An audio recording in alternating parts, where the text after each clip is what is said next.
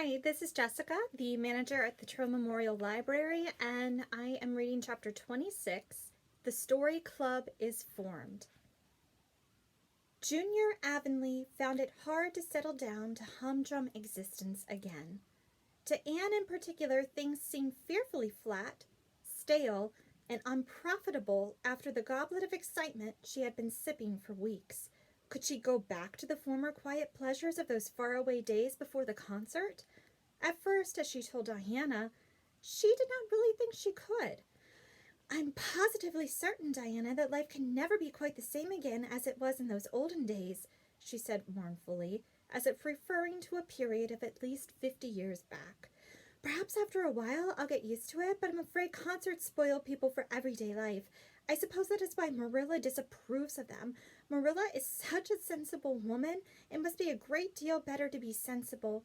But still, I don't believe I'd really want to be a sensible person because they are so unromantic. Mrs. Lynde says there is no danger in my ever being one, but you can never tell. I feel just now that I may grow up to be sensible yet, but perhaps that is only because I'm tired. I simply couldn't sleep last night for ever so long. I just lay awake and imagined the concert over and over again. That's one splendid thing about such affairs. It's so lovely to look back to them. Eventually, however, Avonlea School slipped back into its old groove and took up its old interests. To be sure, the concert left traces. Ruby Gillis and Emma White, who had quarreled over a point of precedence in their platform seats, no longer sat at the same desk, and a promising friendship of 3 years was broken up. Josie Pye and Julia Bell did not speak for 3 months, because Josie Pye had told Bessie Wright that Julia Bell's bow, when she got up to recite, made her think of a chicken jerking its head, and Bessie told Julia.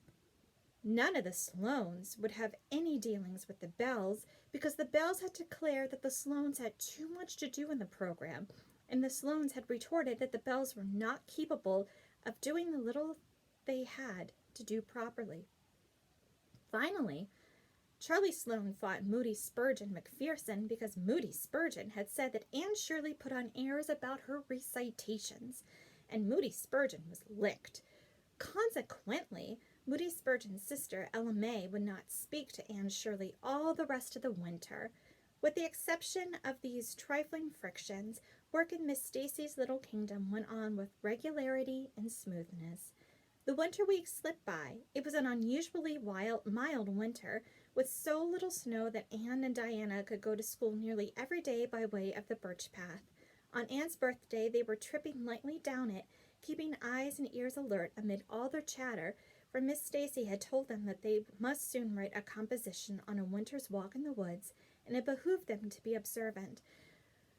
Just think, Diana, I'm 13 years old today, remarked Anne in an odd voice. I can scarcely realize that I'm in my teens. When I woke this morning, it seemed to me that everything must be different. You've been 13 for a month, so I suppose it doesn't seem like such a novelty to you as it does to me. It makes life seem so much more interesting. In 2 more years, I'll be really grown up. It's a great comfort to think that I'll be able to use big words then without being laughed at. Ruby Gillis says she means to have a beau as soon as she's 15, said Diana. Ruby Gillis thinks of nothing but beaux, said Anne distastefully. She's actually delighted when anyone writes her name up in a take notice for all she pretends to be so mad. But I'm afraid that is an uncharitable speech. Mrs. Allen says we should never make uncharitable speeches, but they do slip out so often before you think, don't they? I simply can't talk about Josie Pye without making an uncharitable speech, so I never mention her at all. You may have noticed that. I'm trying to be as much like Mrs. Allen as I possibly can, for I think she's perfect. Mr. Allen thinks so, too. Mrs. Lynde says he just worships the ground she treads on, and she doesn't really think it right for a minister to set his affection so much on a mortal being. But then, Diana, even ministers are human and have their besetting sins just like everybody else. I had such an interesting talk with Mrs. Allen about besetting sins last Sunday afternoon. There are just a few things it's proper to talk about on Sundays, and that is one of them. My besetting sin is imagining too much and forgetting my duties. I'm striving very hard to overcome it, and now that I'm really 13, perhaps I'll get on better. In 4 more years, we'll be able to put our hair up, said Diana. Alice Bell is only 16 and she is wearing hers up, but I think that's ridiculous. I shall wait until I'm 17. If I had Alice Bell's crooked nose, said Anne decidedly, I wouldn't, but there. I won't say what I was going to because it was extremely uncharitable. Besides, I was comparing it with my own nose, and that's vanity. I'm afraid I think too much about any nose ever since I heard that compliment about it long ago. It really is a great comfort to me. Oh, Diana, look, there's a rabbit. That's something to remember for our woods composition. I really think the woods are just as lovely in winter as in summer. They're so white and still, and if they were asleep and dreaming pretty dreams. I won't mind writing that composition when its time comes, sighed Diana. I can manage to write about the woods, but the one we're to hand in Monday is terrible. The idea of Miss Stacy telling us to write a story out of our own heads. Why, it's as easy as a wink, said Anne. It's easy for you because you have an imagination, retorted Diana. But what would you do if you had been born without one? I suppose you have your composition all done. Anne nodded, trying hard not to look virtuously complacent and failing miserably. I wrote it last Monday evening. It's called The Jealous Rival, or In Death Not Divided. I read it to Marilla, and she said it was stuff and nonsense. Then I read it to Matthew, and he said it was fine. That is the kind of critic I like. It's a sad, sweet story. I just cried like a child while I was writing it. It's about two beautiful maidens called Cordelia Montmorency and Geraldine Seymour, who lived in the same village and were devotedly attached to each other. Cordelia was a regal brunette with a coronet of midnight hair and a duskly flashing eyes. Geraldine was a queenly blonde with hair like spun gold and velvety purple eyes. I never saw anybody with purple eyes, said Diana dubiously. Well, neither did I. I just imagined them. I wanted something out of the common. Geraldine had an alabaster brow, too. I formed out what an alabaster brow is. That is one of the advantages of being 13. You know so much more than you did when you were only 12. Well, what became of Cordelia and Geraldine?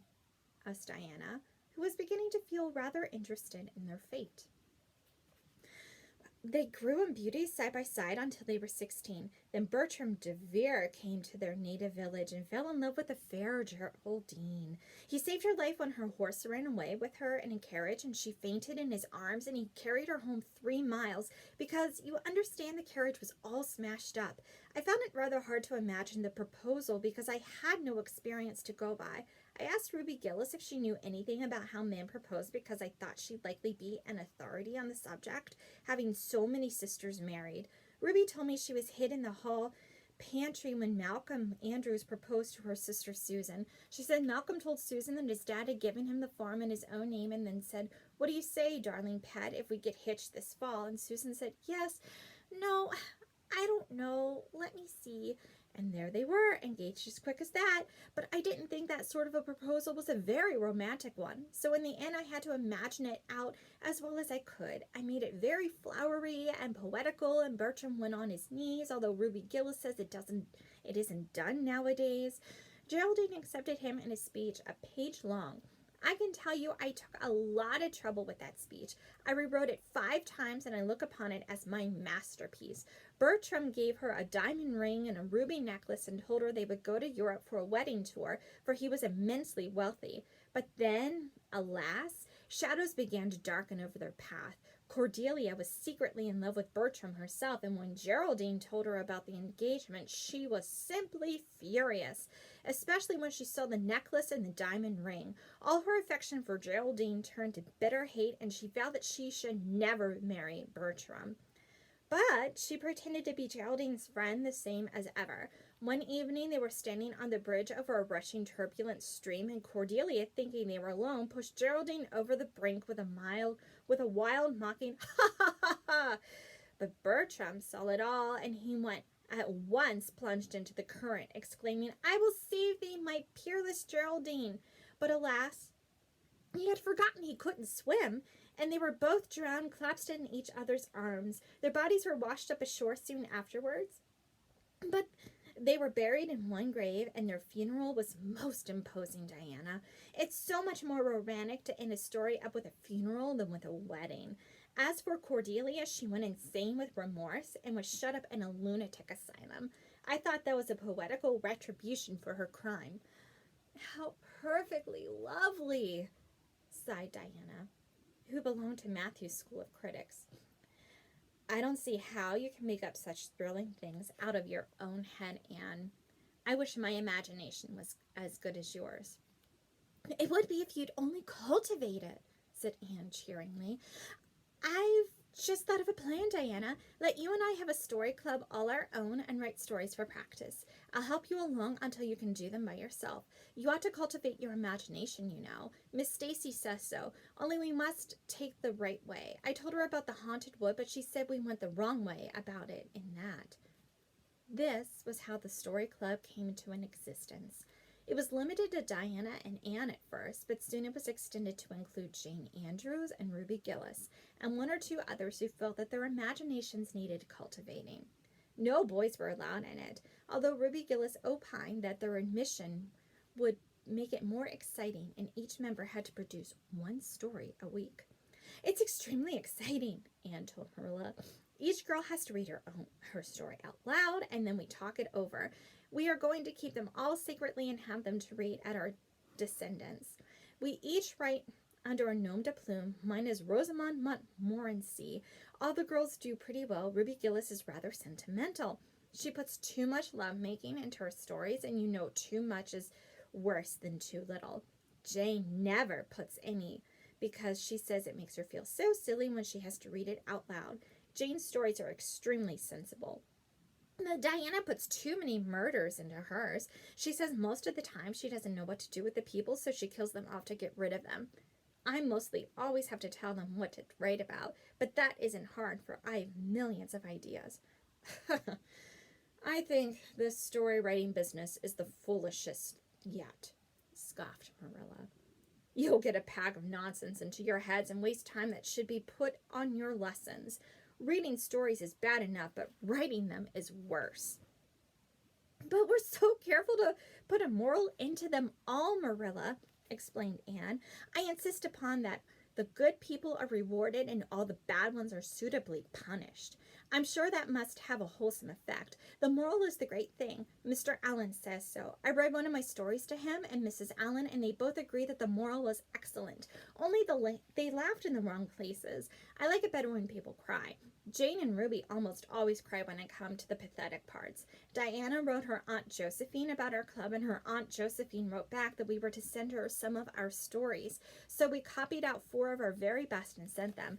Miss Josephine Barry wrote back that she had never read anything so amusing in her life. That kind of puzzled us because the stories were all very pathetic and almost everybody died. But I'm glad Miss Barry liked them. It shows our club is doing some good in the world.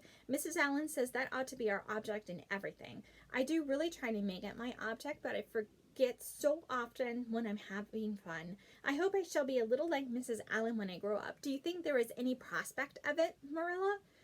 I shouldn't say there was a great deal, was Marilla's encouraging answer. I'm sure Mrs. Allen was never such a silly, forgetful little girl as you are. No, but she wasn't always so good as she is now, either, said Anne seriously.